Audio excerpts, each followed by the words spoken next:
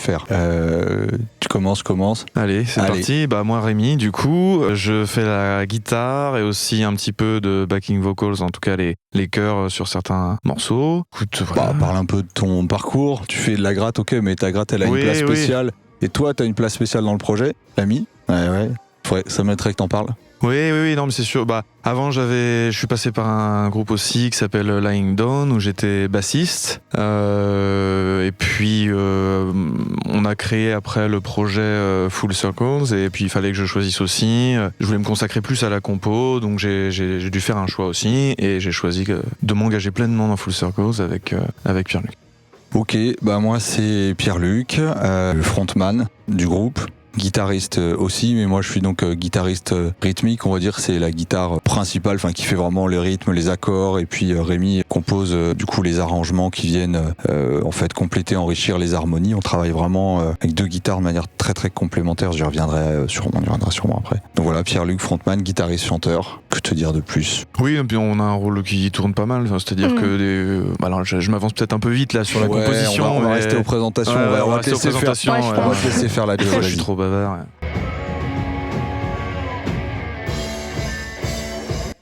Parce qu'il fallait en choisir un.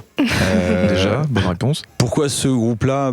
Écoute, je me permets de tenter un truc, puis tu complètes. Il y a à la fois une recherche de sens, quelque chose qui doit accrocher, faire réfléchir. On voulait que ça amène les gens à se poser des questions à la lecture du nom et d'y projeter ce qu'ils ont envie d'y projeter. Alors il y a un jeu de mots qui paraît évident, mais derrière chacun va y mettre ce qu'il veut. Il y avait aussi l'idée que ce soit impactant, même un peu aussi graphiquement, dans la manière de le dire. Donc c'est le résultant de plein de choses. On a pris notre temps. Franchement, je pense qu'on peut dire qu'on a pris le temps pour maturer l'idée. Donc j'anticipe pas plus, mais chacun peut voir ce qu'il veut dans le nom. C'est à la fois suggestif et en même temps un peu mystérieux. Oui, puis il y avait la volonté de faire aussi quelque chose de simple en un seul mot. Pourquoi pas un petit néologisme, effectivement, en faisant un mot valise comme ça, qui évoque plein de choses. Il y a un peu multisens.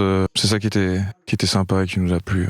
Donc chacun interprète un peu comme il entend le nom, en gros. Oui, après, je pense que tous les gens qui ont un minimum de niveau d'anglais vont comprendre le jeu de mots. Donc, full, ça peut vouloir dire plein de choses. Fou, idiot. Il y a l'expression. Oui, voilà. Au sens.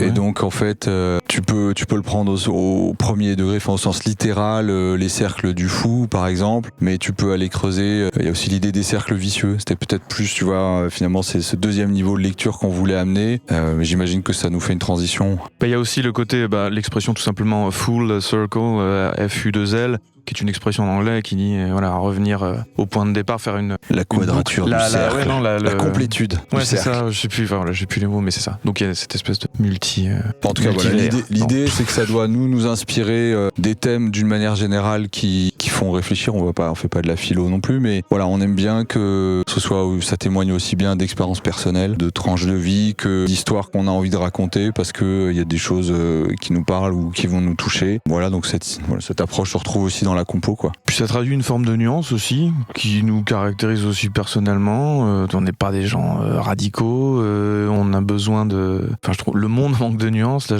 Et voilà, c'est toute cette notion là qui nous intéresse aussi. Des petits détails, des petites choses, mais qui font beaucoup. L'idée de mise en perspective, je plante la graine là, on en reparlera, mais c'est aussi cette mise en perspective, on commence à travailler la direction artistique du groupe de manière un peu plus poussée. Et on voit qu'on peut jouer sur des notions de perspective, en fait, que ça montre aussi qu'il y a plusieurs niveaux de lecture, plusieurs manières de voir les choses. On a tendance à nous bombarder d'images, d'infos, d'actu ultra chaudes avec aucun recul, aucune mise en perspective, que ce soit dans le contexte du pays dans lequel ça se passe, du territoire, de la culture, de la population concernés. Et en fait, je trouve que on manque de recul sur les informations qui nous sont délivrées. On peut avoir l'impression que c'était mieux avant, mais en fait, quand tu regardes, pas tellement. Je veux dire, des guerres et des famines, etc. Il y en avait autant. De la violence sociale, il y en avait aussi peut-être autant.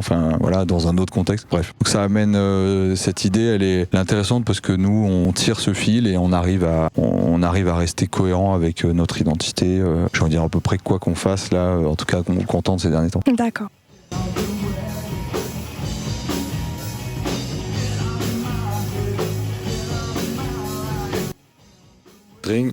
Allô, Rémi.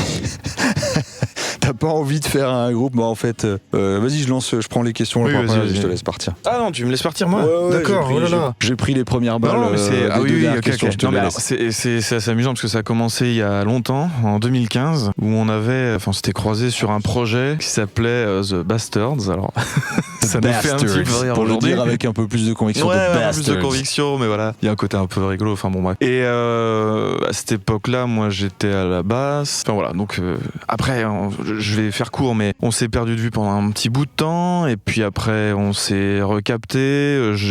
Pierre-Luc faisait déjà des scènes en solo, et puis je l'ai rejoint pour rigoler un petit peu à la basse, à la guitare, et puis voilà, on a vu que ça accrochait, qu'il y avait des choses intéressantes à faire. Moi je suis un gros fan des harmonies vocales, des choses comme ça, donc je me suis dit à mon avis on peut faire quelque chose. On a commencé à creuser le territoire, à faire des compos, enfin je l'ai rejoint sur ses compos, proposer de compléter des choses, faire évoluer, d'avancer dans ce sens-là. Puis après donc comme je l'ai déjà dit, j'ai eu bien des groupes avant, mais voilà, le groupe le plus sérieux avant, qui est toujours d'actualité d'ailleurs, et que j'ai quitté Lying Down. Et puis voilà, depuis on ne fait qu'aller plus loin dans le projet. On a les deux formats Full Circles, donc le format acoustique, celui avec lequel on joue plus des reprises, des compos aussi, mais un peu plus fun. Et puis on a vraiment le projet là qu'on va faire ce soir à la MJC, vraiment compo, full compo, si je puis me permettre. Et voilà, donc je te laisse compléter ce que j'aurais oublié. Mais... Ouais, bah, d'un point de vue chronologique, c'est plutôt fidèle. Factuel, c'est ça me va. finement. Non, fait. mais ce qu'on peut dire, c'est en gros, moi, j'avais des compos qui dormaient.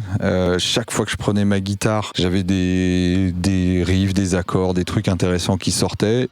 J'avais pas trop de recul, mais j'avais une intuition que je tenais un truc, en fait. À force de, comme Rémi l'a dit, je jouais tout seul, alors plutôt dans des bars, globalement. J'avais viscéralement besoin de jouer, en fait, de partager de la musique avec les gens. Sauf que j'ai eu plein de mésaventures, d'expériences foireuses avec des groupes, enfin, quelques rencontres chouettes, même de Bastards, qui si on a fait qu'un seul concert, du coup, il en est ressorti des trucs bien. Je garde des bonnes relations d'ailleurs avec tous les anciens membres de ce groupe-là, donc c'était sympa, mais ça a pas fonctionné. Enfin, ça a splitté pour plein de raisons, peu importe. Et j'ai fait des auditions, j'ai essayé de rencontrer des groupes, et en fait, j'ai mis du temps à comprendre. Ce qui était l'évidence, c'est qu'en fait, non, en fait, il fallait que je sois le frontman d'un groupe dont je drive le projet, en fait. Il fallait que ça parte de mes compos. Et tout ce que j'ai essayé d'autre n'a pas marché. Et un jour, je me suis dit, en fait, c'est ça que je veux faire, mais au secours, je veux pas retourner dans les galères de commencer à faire des auditions avec des gens qui ont des égos surdimensionnés, qui sont pas au niveau, qui te vendent, qui bossent pas entre les sessions. Et en fait, j'ai compris que ce qui marchait dans la musique, c'était aussi quand tu jouais avec des gens avec qui tu te comprenais, avec qui tu te comprends, avec qui ça fonctionne, avec qui c'est fluide. Donc ça, pour le coup, j'avais déjà eu un duo il y a quelques années avec un bon ami, avec Karim. On avait d'ailleurs pas mal tourné aussi dans les bars. Puis un jour, j'ai eu besoin d'aller voir autre chose, mais bref, donc j'avais cette expérience-là. Je me suis dit, j'ai envie de vraiment tester autre chose à partir de mes compos. Donc j'ai appelé Rémi, je dis écoute, voilà, je sais pas ce que tu fais, mais je me souviens que c'était assez foisonnant dès qu'on travaillait de la musique et tout. J'ai des compos qui dorment, est-ce que tu veux pas venir voir? Et ça a pris du temps à s'apprivoiser. On avait chacun nos territoires et on a trouvé, au fil du temps, on a trouvé un terreau en fait qui est très très fertile entre au carrefour de 1000 influences, mais entre le grunge et le blues, on est tous les deux sensibles aux deux aspects, mais il est plus grunge que moi, même si finalement on connaît des groupes, presque on se complète en termes de référence, c'est marrant. Donc à nous deux dans le grunge on couvre assez large, et moi j'avais des grosses bases de blues, de soul, de rhythm and blues, et voilà. Et donc en fait c'est un truc qui était un peu spécifique, qui rentrait pas dans les cases, et donc voilà, j'ai appelé Rémi, il a dit oui, je l'ai tiré un peu par là, il m'a tiré par là, et puis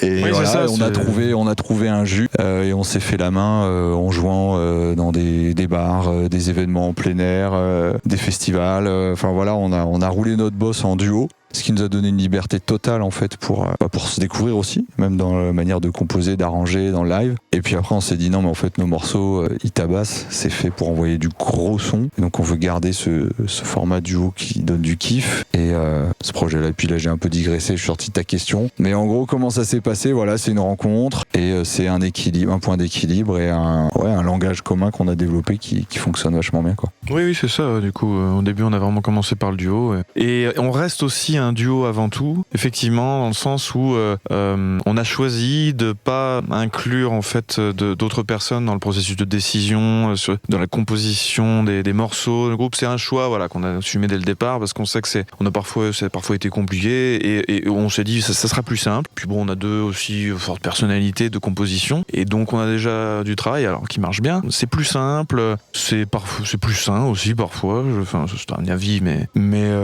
et donc effectivement, même pour l'électrique, c'est comme ça que ça se passe. Même si là, du coup, on est très bien assisté en ce moment de Sébastien Léger à la batterie et de Mélanie Bardano à la basse, qui sont des ex Rest in Furia et surtout avant tout des très bons amis. Et donc pour l'instant, voilà, quand on peut faire un bout de chemin avec eux, c'est bien quoi. Ouais. Ce serait bien.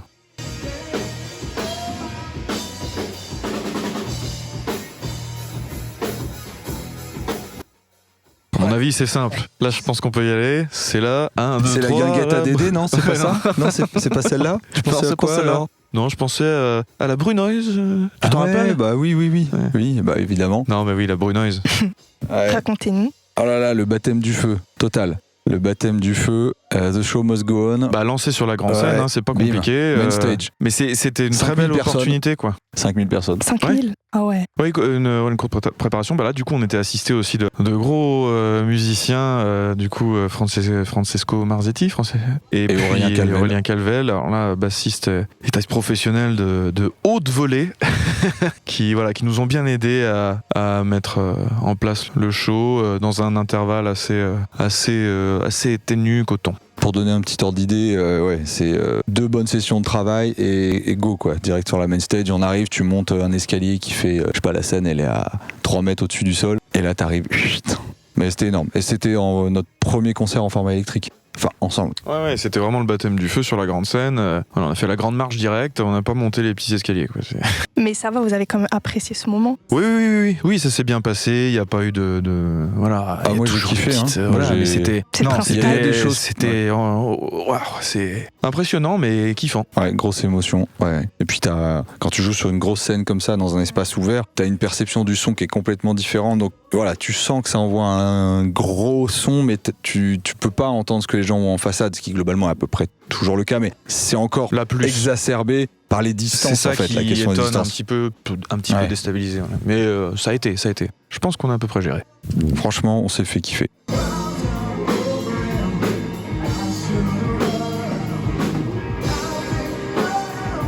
Pas mal de projets prévus cette année. Bah déjà, il y a la résidence. On va faire une captation ce soir, donc on va en retirer des extraits pour diffuser sur les réseaux, pour démarcher des programmateurs de salles. On va commencer à passer en studio, si tu veux en dire un mot. On va passer en studio. On a 3 titres qui vont être diffusés au fil de l'année. Un normalement en mai, donc suivez bien ça. Et puis la sortie d'un clip. La sortie d'un clip, ouais. Donc tout ça reste encore au cours de l'été peut-être. Voilà. Donc, prévu mais pas planifié quoi. Voilà. En tout cas, ça donne déjà une idée un peu et il y a des belles choses qui vont arriver.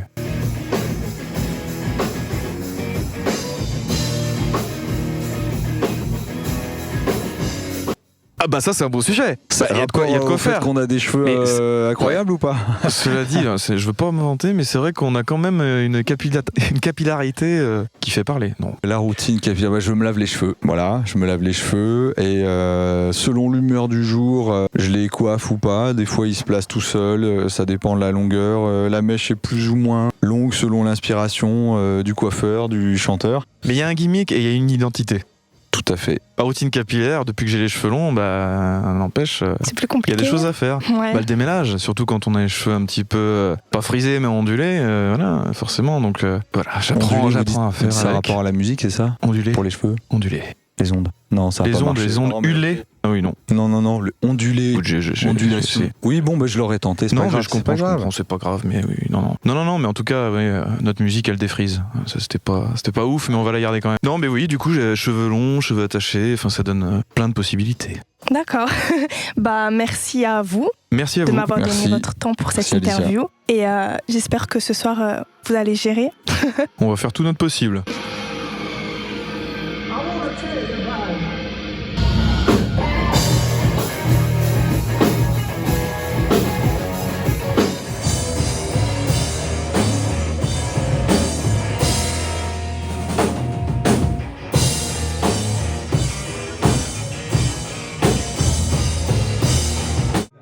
love.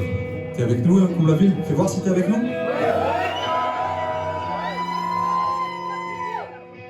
Comble-la-Ville, j'ai dit, fais voir si t'es avec nous. Ok, on va faire ça pour toi alors.